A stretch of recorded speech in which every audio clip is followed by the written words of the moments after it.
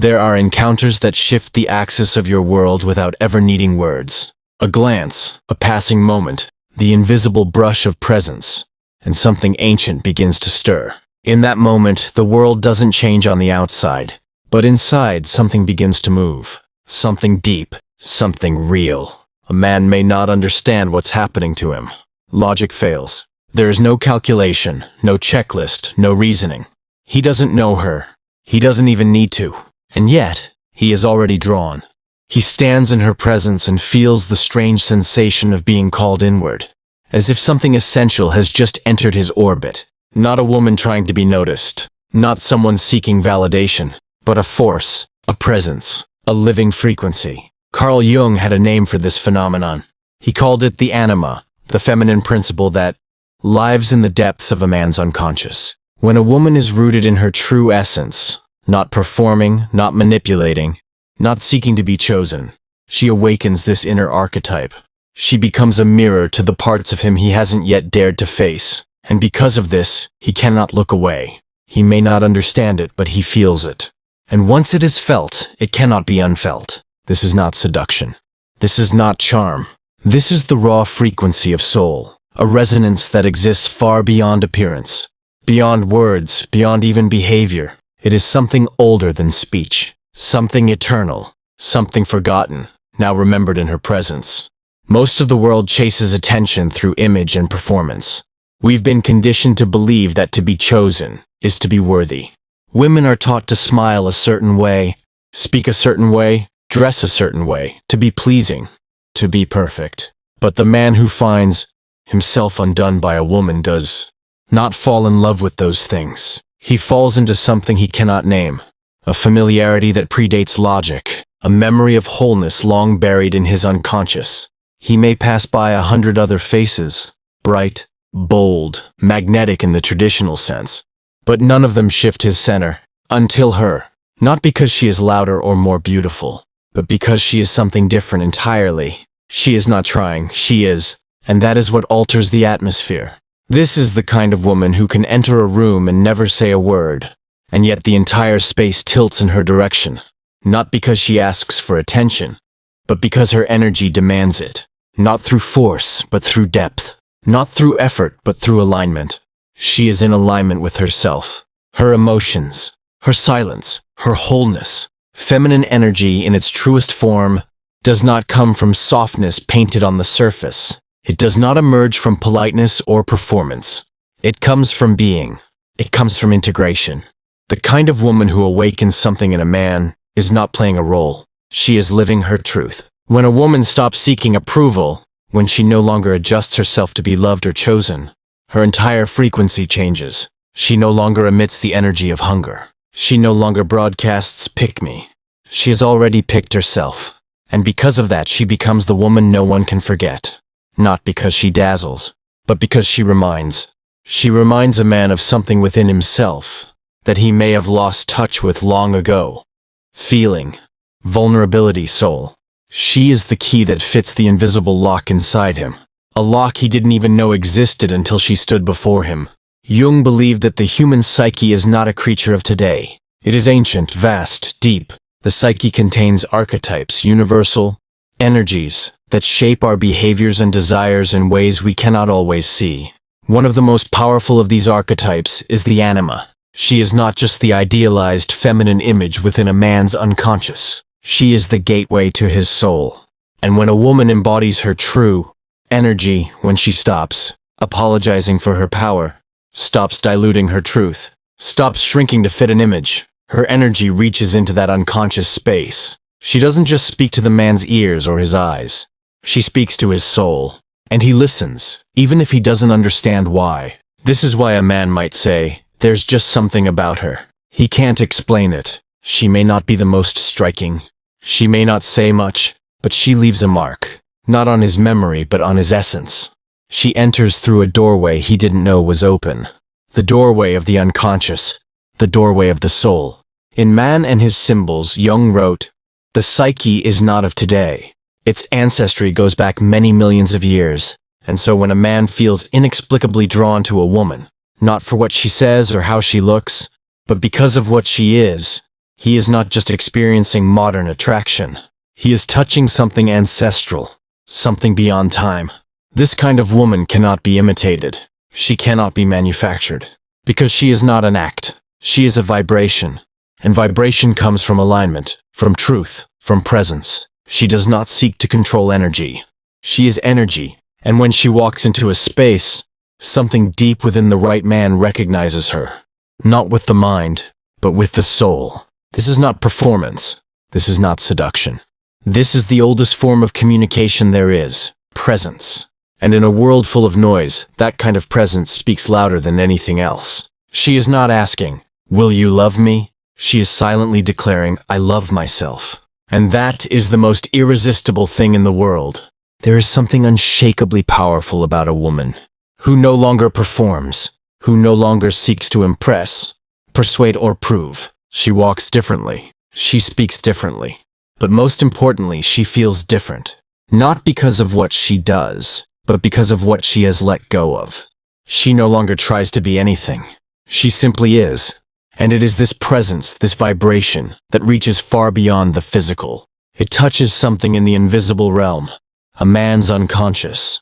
Long before a word is exchanged, long before her story is known, long before he even realizes it, his world begins to rearrange itself in her presence.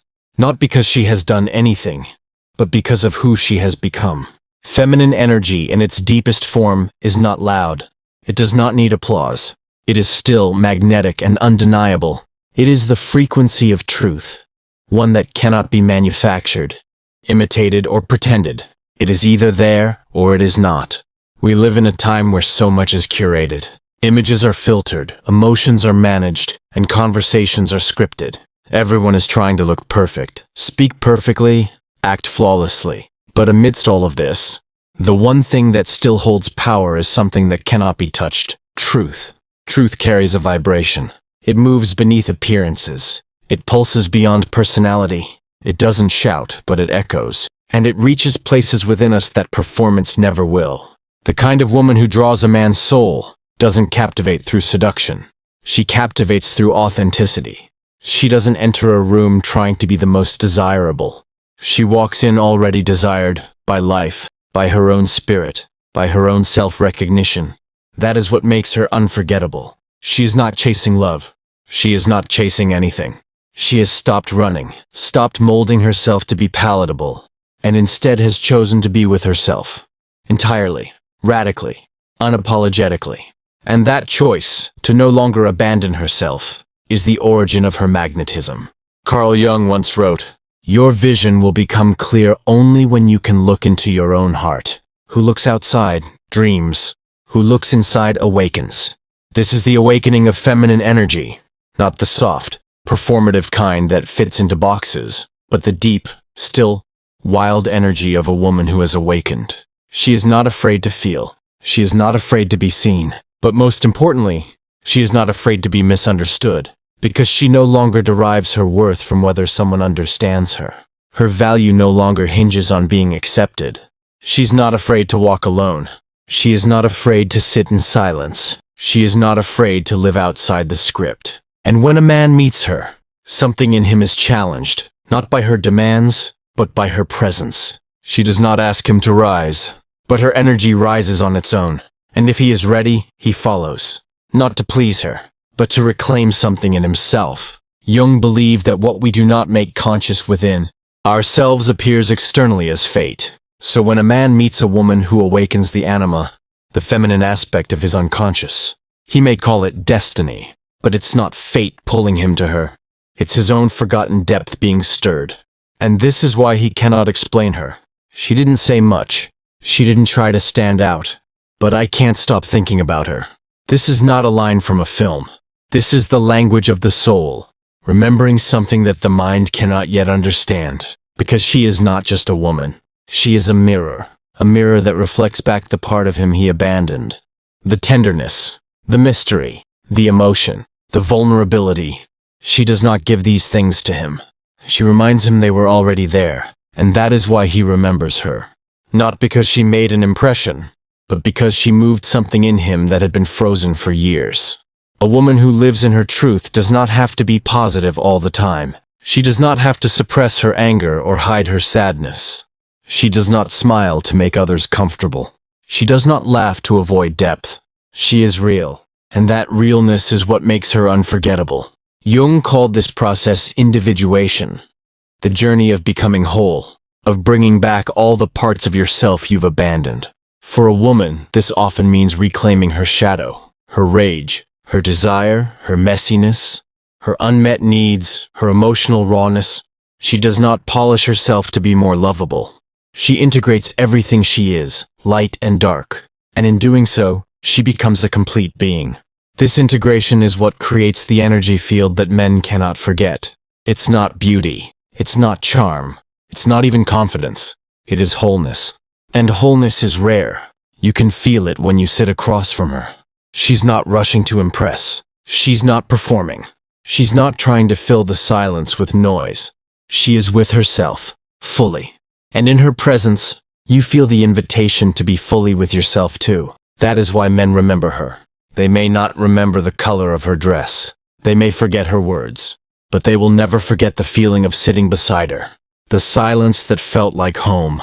The presence that didn't ask them to perform. In a world that teaches us to perform for love, she is a reminder that love is not earned through perfection. Love is born from truth. And the woman who has claimed her own truth invites others to do the same. This is not about being mysterious. This is not about withholding. This is about being so honest in who you are, that your very presence rearranges a room without you needing to say a word. That is the frequency of truth. That is feminine energy in its rawest, realest form. And that is what Jung saw as the gateway to individuation. Not a performance of identity, but the return to the self that has always been waiting underneath all the masks. If you've ever met a woman like this, you know, there is no forgetting her. She doesn't speak to your ears. She speaks to your soul. And that kind of voice echoes forever. Why does a man fall in love with a woman he barely knows? Why does her presence haunt him long after she is gone? Why, out of all the women who might be more beautiful, more charming, or more perfect by society's standards, does she live in his memory? In his quiet moments? In the spaces where thought can't reach?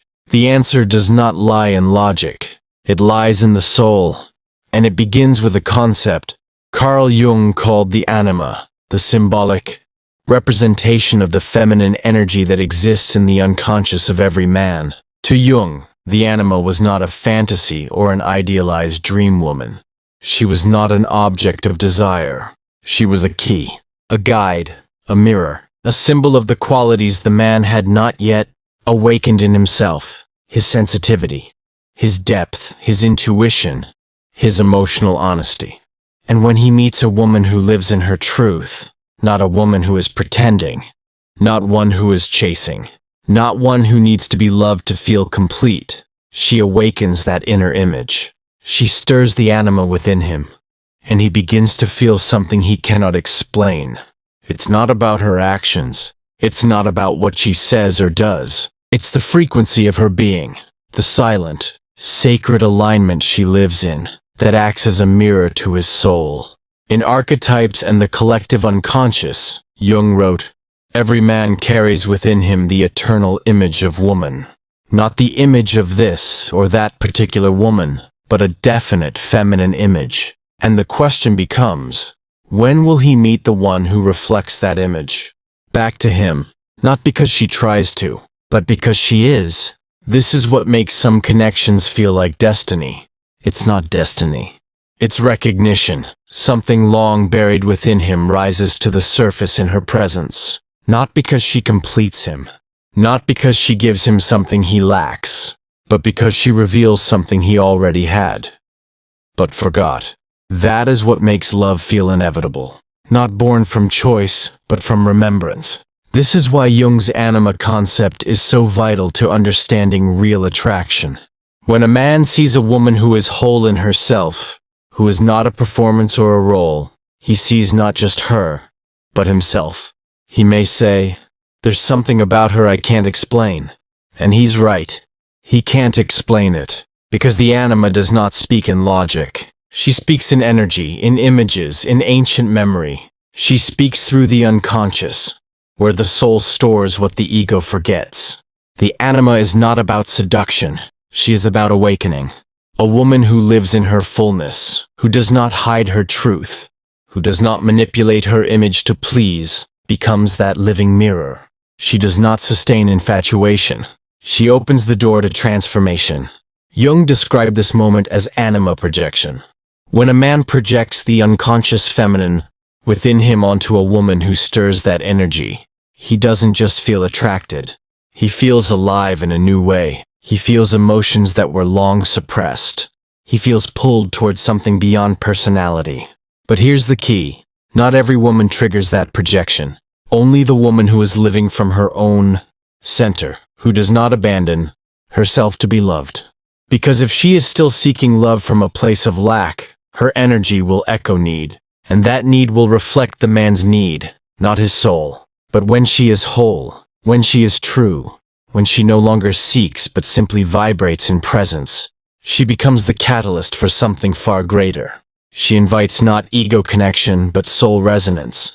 That is why men say, "I don't know why I'm so drawn to her. And sometimes, I don't even want to be, but I can't walk away." This is not obsession. This is the unconscious pulling the man inward, asking him to meet a part of himself through her, asking him to become something more than he has been. This is the power of the awakened woman, not because she is trying to be powerful, but because she has remembered who she is. She does not chase love. She does not beg to be chosen. She has chosen herself. And because of that, she emits the signal of integration. Her light is not brighter than others. It's deeper. It reaches beneath the surface. It speaks in silence. It calls in frequencies, not personalities. And only the man who is ready to rise into his fullness will remain in that field. The rest will fade, not because she rejects them, but because her energy does the sorting. That is how a man knows when it is real. Not because she says the right thing, not because the date went well, but because hours later, days later, weeks later, he cannot stop feeling her, and he cannot name what it is. She has entered his unconscious, not to manipulate, not to possess, but to awaken. Jung warned, however, of the danger of projecting the anima onto a woman and then trying to possess her, as if she alone is the source of what has been awakened. In 2 essays on analytical psychology, he clarified, the anima is not the soul in the dogmatic sense, but a natural archetype that expresses the fact that a man has a minority of feminine qualities. So the love is not about her. It is about him. And the growth is not about holding on to her. It is about becoming what she reminded him he already was. That is why a woman must not take the responsibility of carrying a man's soul. She cannot hold it for him. She can only mirror it. And if he sees himself clearly in her light, he must then turn inward.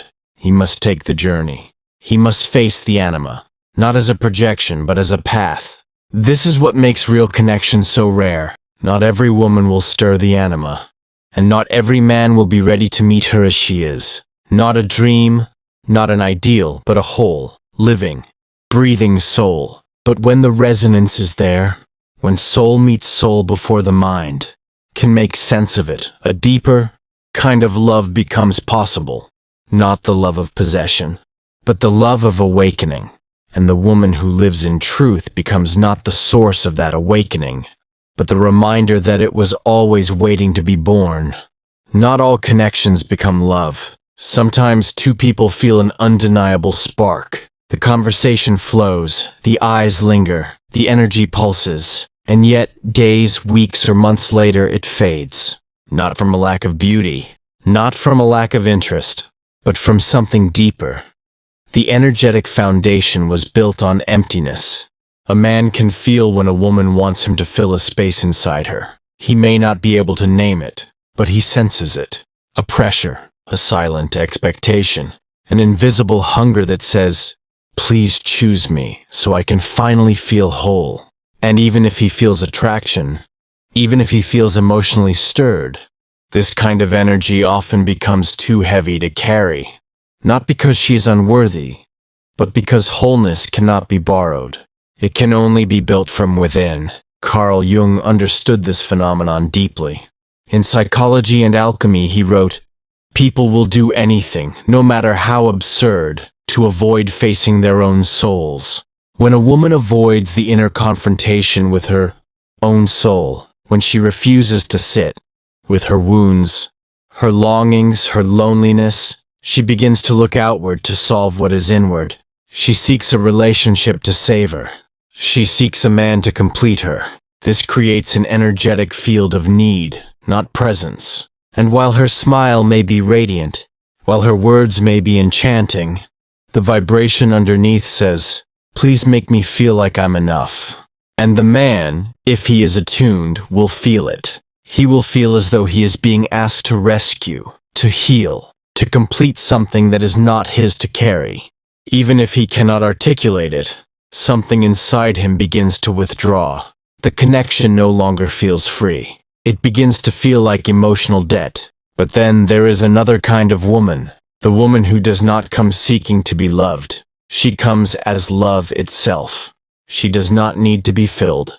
She is already full. Her energy does not say, "Choose me." It says, "I've already chosen myself." This is not arrogance. This is not emotional detachment. This is integration. The quiet power that arises when a woman has sat with her pain, held her emptiness, and walked herself home. She does not enter a relationship to be completed. She brings her own completeness with her, and that changes everything. When a man meets this kind of woman, he does not feel responsible for her wholeness. He feels invited into his own. Her presence does not demand. It inspires, not because she is trying to be impressive, but because she is no longer fragmented. And this is what makes her unforgettable. Not her charm, not her performance, but the vibration of a woman who has made peace with herself. She does not text constantly to make sure she's still wanted. She does not manipulate the connection to gain reassurance. She does not fear the silence, because she has already made friends with it. Her energy says, "I am home in myself, and you are welcome to visit, but not to take over." And that difference between need and fullness is felt more than it is seen. It's felt on dates, in eye contact, in silences. One woman's silence feels desperate. The other woman's silence feels sacred. Jung believed that the journey of becoming whole, what he called individuation, required us to integrate all the parts of ourselves we've disowned. The wounded child, the abandoned adult, the hidden rage, the unmet need. A woman who avoids that journey continues to leak, emotionally, energetically, spiritually, and love becomes a survival strategy, not a celebration. But when she faces herself, truly, painfully, tenderly, something begins to shift. The hunger is replaced by peace. The craving is replaced by clarity. She no longer seeks someone to see her. She sees herself. And when she does, she becomes the kind of woman who is magnetic without effort. She does not chase attention. Her presence calls it in, not because she's trying, but because truth has its own gravitational pull. This woman no longer enters love to be saved. She brings her wholeness as an offering, not as a question. She isn't afraid to be alone. And paradoxically, that's what draws people toward her, not away, because she is not trying to grasp love. She is giving love just by being who she is.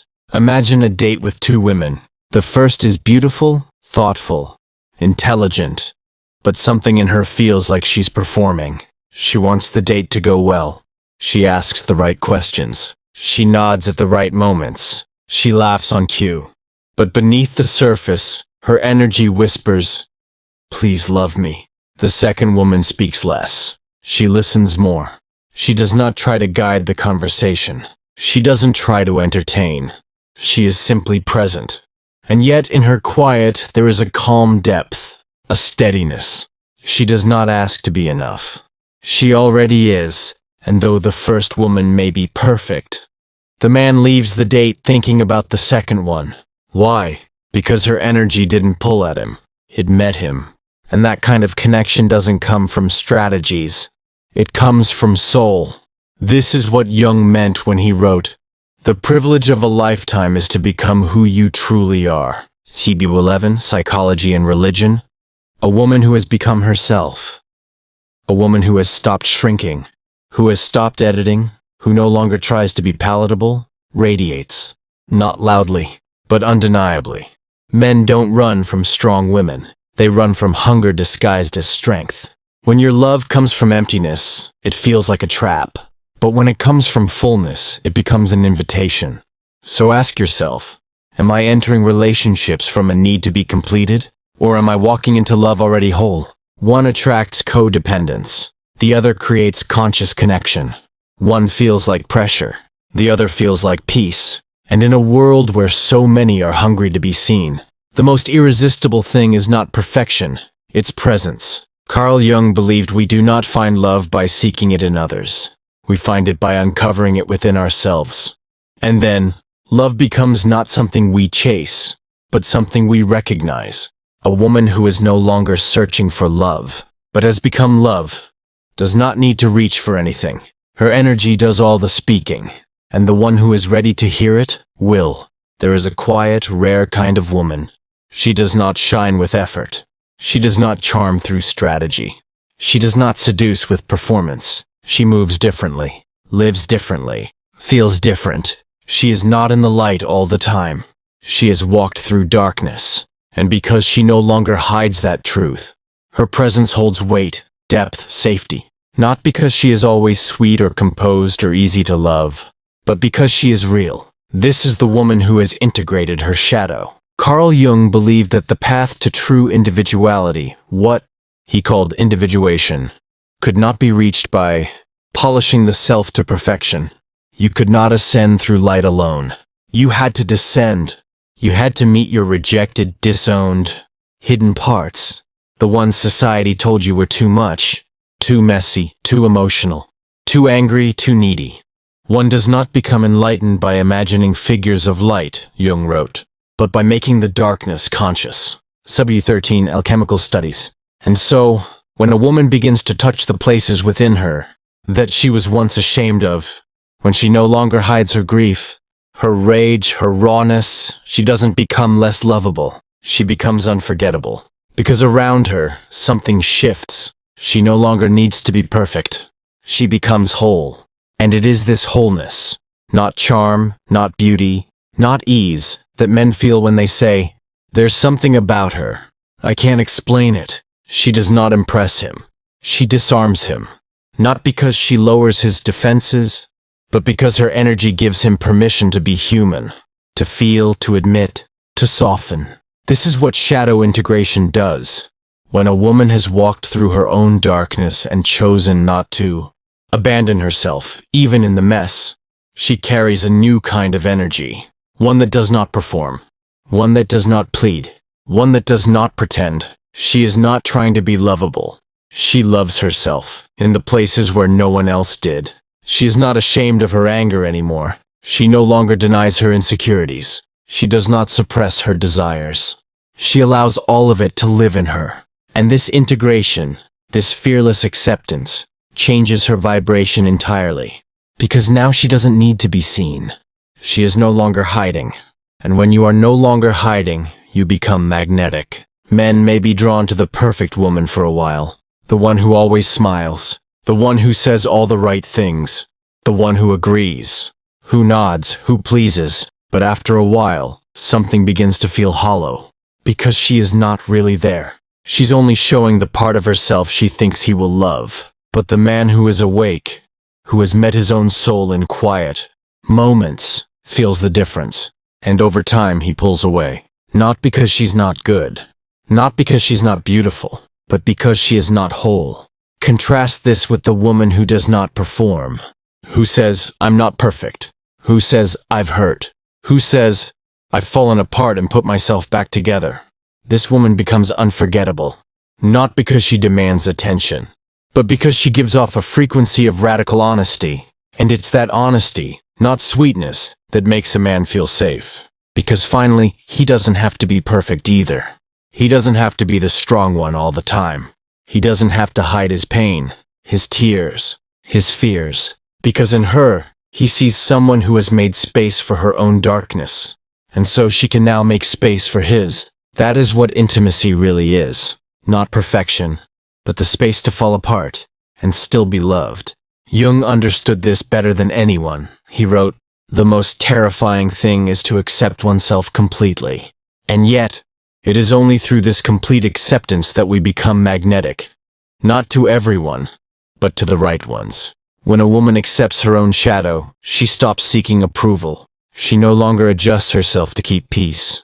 She no longer feels shame over the parts that are hard to love, because she has already loved them. She doesn't ask the world for permission. She gives herself permission to exist fully. And that is the most irresistible energy of all. Men may not know why they are drawn to her. They may not have the language, but they feel it. They feel that this woman is not afraid of her own soul. And because of that, they know, consciously or unconsciously, that she will not be afraid of theirs. This woman may cry in front of you and not apologize. She may speak her anger and not shrink. She may share her desires and not edit herself to seem less needy. She is not needy. She is alive. And in a world that teaches women to tone themselves down, this kind of life force is unforgettable. It is not chaotic. It is truthful. She has met every part of herself and chosen to stay. And when a man meets her, she becomes the most sacred invitation he's ever received. Not to love her, but to love himself. To stop hiding. To stop pretending. To stop living in half-truths. She does not ask him to save her. She does not need saving. She stands in her fullness, her wounds, her joy, her grief, her hope. And without ever saying a word, she whispers, "Come as you are, I did." This is not the woman who needs to be chosen. This is the woman who has already chosen herself. And because of that, her energy is clear. She does not chase. She does not cling. She does not control. She simply vibrates. And only those who are ready to meet her there, at that depth, at that honesty, will remain. Not out of duty, not out of fantasy, but out of recognition. Because when a woman integrates her shadow, she becomes the mirror of truth. And the man who has longed to meet himself will never forget the one who finally reflected him back. This is not magic. This is individuation. And love, when born from wholeness, is not a performance. It is a vibration. And once felt, it cannot be unfelt. What draws a man is not your perfection. It is not your smile, your words, or your carefully chosen charm. What draws him, what keeps him, is something he cannot name. It is the feeling of truth in your presence. The feeling that you are not seeking anything because you've already come home to yourself. The woman who is chosen is not the one who tries to be. She is the one who no longer waits to be chosen. Because she has remembered the truth Carl Jung whispered through every word, every teaching, every symbol. The privilege of a lifetime is to become who you truly are. And when you do, something incredible happens. You stop chasing. You stop performing. You stop fearing love will pass you by. Instead, you become love. Your presence becomes the invitation. Your stillness becomes the magnet. Your honesty becomes the mirror. No games, no tactics, no masks, just vibration.